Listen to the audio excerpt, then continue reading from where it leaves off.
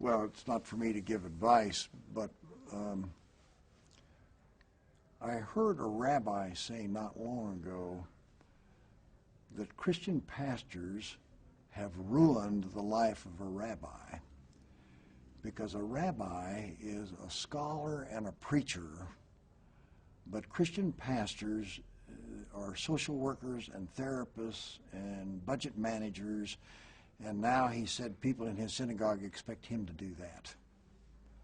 I would think that preachers, I think it's exceedingly difficult, but I think preachers have to decide what the main tasks are and practice enormous self-discipline about not being drawn away to do other things that do not properly belong to the ministry of word and sacrament. Now, you can't do that completely, but I believe that many preachers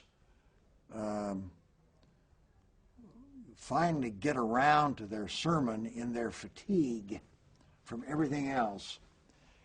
And if imagination is the key to good preaching, you cannot be imaginative when you're exhausted. So I think it has to do with ordering one's priorities for the sake of one's best energy.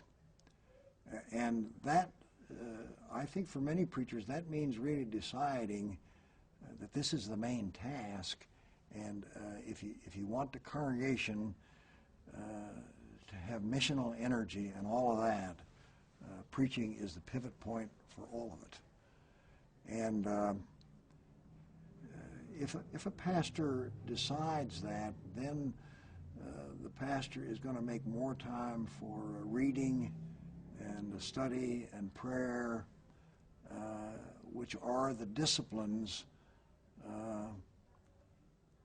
that cause the pastor to live to some extent in a different zone. And if we are to bring a word from elsewhere, then we have to live to some extent elsewhere. And I don't think that's very easy given the huge demands and expectations on most pastors.